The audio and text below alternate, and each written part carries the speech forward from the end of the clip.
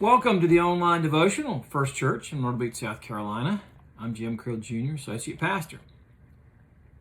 If this devotional is coming out late, it's my fault. I've been rushing to and fro, and I've had one video project. I was out of town over the weekend, and just things got a little out of hand. And so it made me think about that process, how often that we rush from point A to point B, or task one to task two. What are we missing in that rush, in that hurry? There's some precious moments that we're missing. And I thought about, be still and know that I'm God. God isn't clamoring for us, our attention. He's got to have it.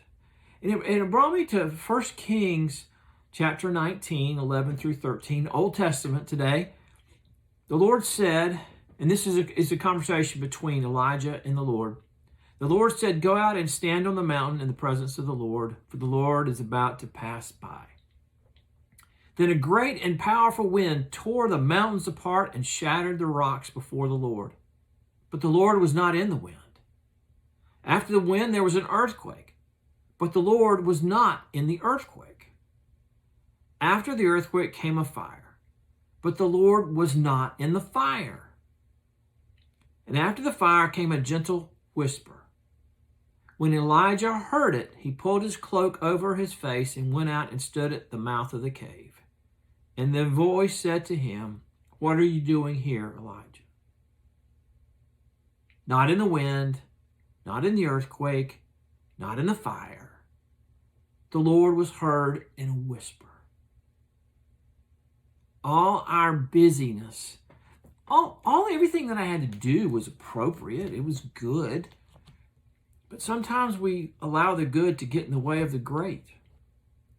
Rushing.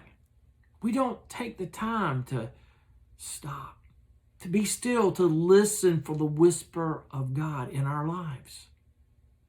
We're so busy trying to do it all. What have you missed in that clamor of busyness?